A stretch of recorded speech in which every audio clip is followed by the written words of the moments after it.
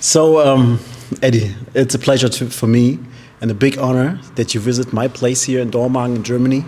Since COVID, the first time back in Germany. First time back in Germany for 7 years now, I think. For 7 years? 7 years. Oh, and that's what I told you. That's a big honor for me that you are here, you know. And can you tell us a little bit who you are and what you do? Okay, well, I'm Eddie Quinn. I'm a full-time martial arts teacher from the UK. I've been studying martial arts for the last 40 years. Cut a long story short, when I was 18, I was attacked and stabbed 6 times. I was leaving my local pub and there were some girls getting attacked at the bus stop waiting to get home. And as I stepped in, there's a guy there with a flick knife. He pulled a knife on me and he stabbed me in the heart, liver, bowel. I don't know why I'm laughing, but he stabbed me in the heart, the liver, the bowel, gallbladder, head and the thigh. And that was the start of my kind of like new life, because after extensive resuscitation at the hospital, that was the beginning of my martial arts journey. I had to go and see a heart specialist, and he suggested that I take up a combat sport. So that was 1985, so I got stabbed in 84, November, mid-85, and he suggested I take up a combat sport. So, you know, back then this was pre-internet. So it was literally just go to your local kind of like church hall, sports centre, because back in the day there was karate, there was judo, there was a bit of kung fu, but you know it's not like trying to Google martial arts in Cologne or martial arts in Dusseldorf or martial arts here. You know, it was literally you went to a sports place and it was pot luck with what you got. So you couldn't do the research that you can do now. Okay. So that was the reason I started martial arts as a 19-year-old kid. So you started in a traditional way of martial arts. I did, yeah. It was a traditional Japanese jiu-jitsu, and at the time I just got over my stabbing, and I was a little overweight. I was maybe 4 stone overweight. I'm not too sure what that is in kilos, but my weight really ballooned. So I was pretty rock bottom after getting stabbed, and walking through the doors of that dojo for the first time, and seeing these guys in white suits and being flying through the air, I was like mesmerised, and I introduced myself to the teacher, and I went to class next day, and that's how it all started. Yeah, with Japanese jiu-jitsu, and I studied that for 4 years.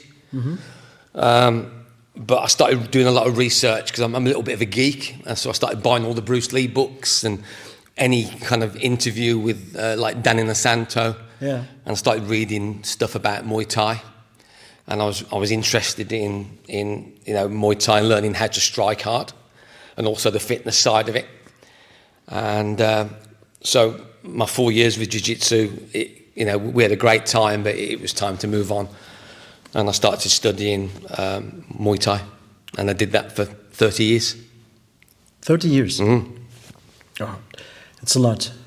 Can you tell me, or what's really what I'm interested in is after this knife attack that you received, did you have any psychological help? No. Nothing. I've still got my medical report, and so this was 1984, and when I was discharged from the hospital after 2 weeks, it said that Mr. Quinn is young enough to get on with the rest of his life, and that was it. There was no offer of any help. It was literally crack on, and that's what I did. And so martial arts really was my way of that was my rehab. Martial arts was my way of getting well and getting healthy again, as well as physically, as well as mentally and obviously physically as well. So it's a kind of therapy also. Yes, it was my therapy. Okay. I don't think I'd be here. I think I'd have been. After the stabbing, I was hell bent on revenge. And I actually found, I didn't know the guys who there was two guys. There was one guy with a knife, and there was another guy with a sock with either snooker balls or stones in the sock. So I didn't know these guys. They were literally just random people who'd been out drinking that night who were going home. But I found out where they lived and who they were. And I was literally hell-bent on revenge, and that was eating me away. And I just started seeing my wife. We're still together 42 years later, but I just started seeing my wife as well at the same time, around the time I got stabbed. So it was literally a combination of my wife and a martial arts that saved my life, really, because I was hell-bent on revenge. And I don't think if it wasn't for martial arts and my wife, I think I'd have been dead, or I'd have been in jail for revenge. So that was my way of getting healthy and my rehabilitation. Yeah. It touched me if you told if you told that, and it's finally love saves you. It did, yeah. And I also didn't want the shame on my family, because my dad died of a heart attack 6 months before I got stabbed, and so literally there was just me and my mom, and I didn't want the shame on my family of me, being in jail, for seeking revenge and killing those guys that did it to me, Yeah. So it was a combination of my mom, bless her soul, and martial arts and my wife. That's the reason I'm here speaking to you. All came together. Yeah. It did. Yeah. Perfect. Thank you. Thank you for being so open about it. So you start with traditional martial arts and jiu-jitsu, Japanese jiu-jitsu. So you went to Muay Thai. Yeah. And the end product is the approach. How that came? There's a thing called silat before the approach, before Muay Thai. What happened was, even though I'd been training since 1985, 86, I've been training for 4 years and getting into great shape, I was still scared. So I wasn't going, right, okay, I can do martial arts now and I'm prepared for the street again. It was still asking me that question in my head, that if someone pulled a knife on me again, could I defend myself? Yeah. And I was scared I was still scared, even though I'd been training. And I mentioned earlier that I'm a bit of a geek, and I literally rebuilt myself through martial arts. So there was like I said, there was no internet in those days. You had to kind of work it out for yourself. So I was kind of like cross-training, way before cross-training became a thing, because I wanted to be this all-round martial artist that could fight standing up, who could strike, who could grapple, who could fight on the ground as well as standing up, that could fight with a weapon and without a weapon. So that's why I started looking outside the box and training in different arts, because I knew, as much as the jiu-jitsu was great, the Japanese jiu-jitsu was great, for me, being a kid from the streets and not being an angel, really growing up and having my fair share of scuffles as you do in the city of Birmingham, I realised that it was all a little bit too clean. It was like, I call it dojo clean, and I also call I call it what technique syndrome, because in martial arts you find that people just want to learn technique, then under pressure, because you've learned so many techniques, what technique would I use? Yeah. So I was still scared, and I was really scared of blades, and I'd done a little bit of blade work with my Thai boxing coach Bob, who'd done some Filipino martial arts. So I started doing some Filipino martial arts, and then the word silat came about. So I started reading different whatever articles were around, and I went to a Danina Santos seminar at Bob Breen's academy in Hoxton in London, and that was my kind of like first physical taste of silat. And I knew that silat had a bladed aspect around it, And for those people who study Silat, you find that Silat, there's something about it that draws you in. You either get it or you don't, and I got it straight away. So I found that I was really scared of blades, so I literally had to fight my fear head on, and start to research arts that studied, blades, how to use one, and how to defend myself from, learn how a blade operates. And I realised that you could find Silat in Indonesia. And we're talking about 1992 here. And I'd been married 2 years, and I said to my wife, I said, can we go to Indonesia? And she was like, this random thing that I said, can we go to Indonesia, And we flew to Hong Kong, and then we flew to Indonesia and Singapore. And while I was in Indonesia for a week, I was searching for a Silat guru, and came back with a book. That was it. Every time I was asking the waiter, the barman, the people that were working in the hotels around about Silat, literally all I got was a smile and a nod. Because I think it was quite unusual then for Westerners to actually go out to Indonesia to learn Silat. Because, why would a Western guy be looking to learn an art, from their culture? So I came back to the UK, and I didn't find any Silat other than a book that I bought in the hotel. And cut a long story short, I'd say he's one of the world's best martial artists. He's based in Edinburgh. He's a guy called Rick Young. And Rick Young is been under Guru Dana Santo for forever. And Rick was doing a seminar 40 miles from where I lived. So my Thai boxing teacher, Bob, he wrote for a magazine called Combat Magazine in the UK, and he was going to go to see Rick and interview Rick for the mag. So we went up together to train and to interview Rick.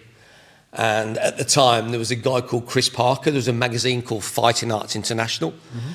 And there was 3 videos out at that time. There was Jeff Thompson.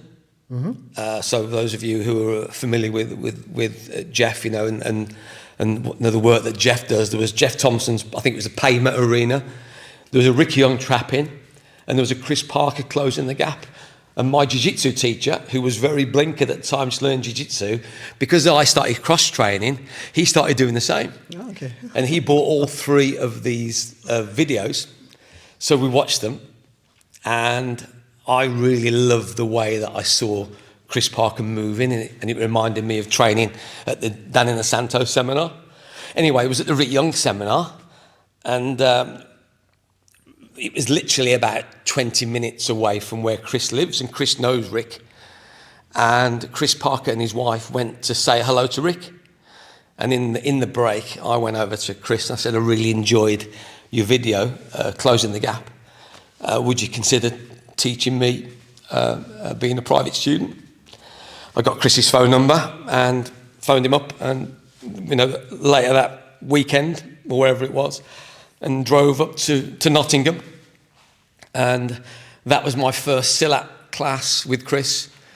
That was 33 years ago, and I'm still with Chris now. Oh. He's been like my father figure. So the approach, going back to your question, so I've been with Chris for 33 years, and the approach was basically principles from Silat put together in a easy to learn format, where it doesn't take years to learn. I understood the street because I'm a kid from the street, and I knew the importance of having to hit someone really hard so I can either escape or deal with another attacker. And that's literally how the approach came. What happened was that Chris suggested I purchase a Galocka machete, and he suggested that I bought 2 of them and start to train with them in my own practice. So being the good student I am, I went and bought these Galocks, and I was training, doing what I was told. And what I found was that because of the big movements with the machete, it started to have that influence into my empty hand. Because people always say about the link between empty hand and blade, and whatever you can do with a blade, you can do empty hand. But this was coming out in really massive gross motor skills. And I remember teaching my Muay Thai class one Thursday evening. And I stopped the class halfway through. And I said, guys, because the approach didn't have a name then, it was just all these movements were coming out. And I said, guys, can I show you this? So I've got a group of Thai boxers. Suddenly I started to show them these big forehand, backhand movements and everything else that went along with it. So of course we started to develop it, through, people attacking you. And I went to see my teacher 2 or 3 days later, told him what happened in the Thai class. And Chris, he's one of those teachers that's never full of compliments. And we were sat having a beer after class, and I told him, and he went, I'm not going to swear, he went, that is effing brilliant, Eddie Quinn's The Approach. And that was how it started. After the Galox and training, and then researching it with my Thai group, and then going to see my teacher 3 days later and telling him what had happened in the Thai class. And he went, Eddie Quinn's The Approach. So within a week, because I'm quite a procrastinator, well, I used to be. So if I had to think about a name, I'd be thinking about a name still 20 years down the line. And I liked it. I like Eddie Quinn's The Approach. And what happened was, there was a guy called Richie Grannon who filmed some kind of like a street fight secrets over in Liverpool. So I contacted Richie because Chris said, get Richie down and do some filming, film it. So basically he come to Birmingham where I trained, and he set up a tripod and he filmed it. And it was literally him filming it and me getting it out of me. And it was really raw. And when I got the footage back, we watched it. Chris and I watched it together at his house in Nottingham, and we thought, this has got some legs. So one of my Silat buddies, one of my training partners, he'd filmed the Guru Inasanto definitive collection up in Edinburgh. He used to work for the BBC in the UK, so he had all the filming gear.